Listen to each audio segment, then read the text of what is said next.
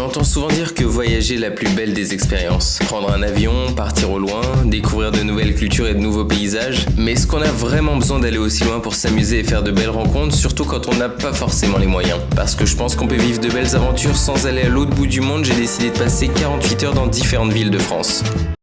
Aujourd'hui, on est à Montpellier, au quartier Port-Marianne, et c'est le moment de demander aux petits Montpelliérains ce qu'il y a à faire dans leur ville.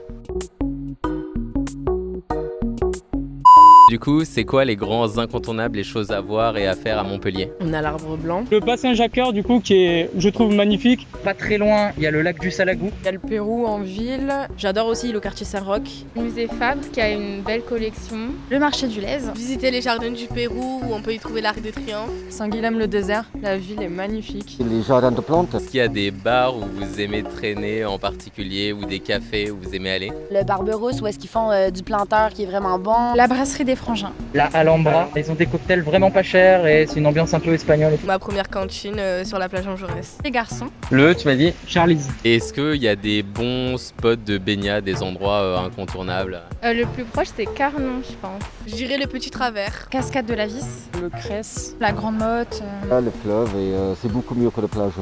Pour bien commencer notre visite, on est allé à ma première cantine avec Juliette pour y prendre un petit déjeuner bien copieux. On est ensuite allé à Easter Egg, c'est une petite boutique geek en centre-ville avec une déco vraiment cool qui vaut le détour.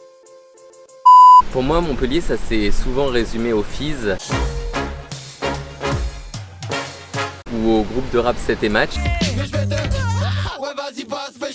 Mais il y a aussi beaucoup de choses culturelles à faire et notamment le musée Fabre et on y va tout de suite. Principal musée des beaux-arts de Montpellier et gratuit pour les étudiants, le musée Fabre propose un véritable voyage dans le monde des arts à travers les siècles.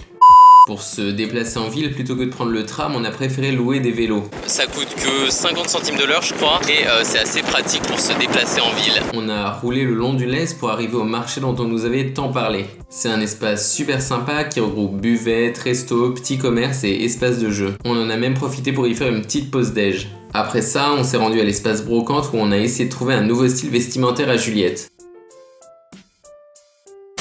Sur le retour, on est passé devant le fameux Arbre Blanc. Si tu devais le décrire en un mot, qu'est-ce que ce serait? En un seul mot, atypique. Ambitieux. Moi j'aime bien. Franchement, je les vois tous prendre des photos.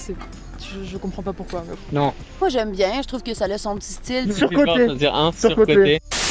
Après un plouf à la plage de Palavas, on allait boire un verre en ville au Rum Runner qui font des super cocktails à base d'épices. Parce qu'on avait la voiture, on en a profité pour aller à la Guinguette du Massian à 30 minutes de Montpellier où on a pu boire du bon vin et déguster une planche de fromage et de charcuterie bien garnie. Après une courte nuit chez Adrien, un pote de Juliette qui nous a gentiment accueillis, on est allé de bon matin à la pâtisserie Bruno Liégard. Ce pâtissier est un mec passionné qui fait des tartelettes à tomber par terre. Ça a été un vrai coup de cœur culinaire et je vous encourage vivement à y faire un tour. Et où est-ce qu'on peut vous trouver? Dans l'Écusson, centre-ville de Montpellier, et le samedi matin sur le marché des Arceaux, le dimanche matin sur le marché de Mouguillot. Après ça, on s'est mis en route pour Saint-Guilhem-le-Désert. C'est un petit village plein de charme avec plein de petits commerçants. Après avoir mangé au resto, on est allé à l'incontournable Pont du Diable. C'est un lieu de baignade magnifique avec une infinité de spots desquels on peut sauter de 2 à 28 mètres.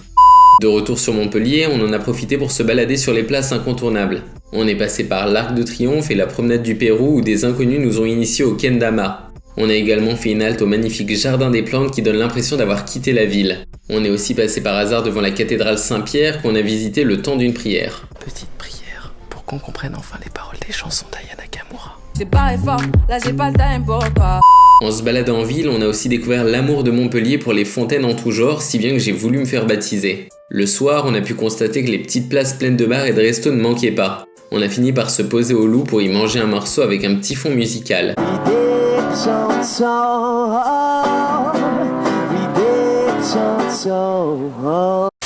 À Montpellier, il y a pas mal de choses qui sont faites dans le domaine du street art. Il y a notamment les quais du Verdançon où on peut trouver pas mal de tags et de graphes qui sont vraiment cool. Et en centre-ville, si vous regardez un peu en l'air, vous pourrez voir qu'il y a des vélos qui sont encastrés dans les murs. C'est l'œuvre d'un dénommé Monsieur BMX et c'est vraiment sympa, donc je vous encourage à regarder en l'air quand vous baladez dans les rues de Montpellier.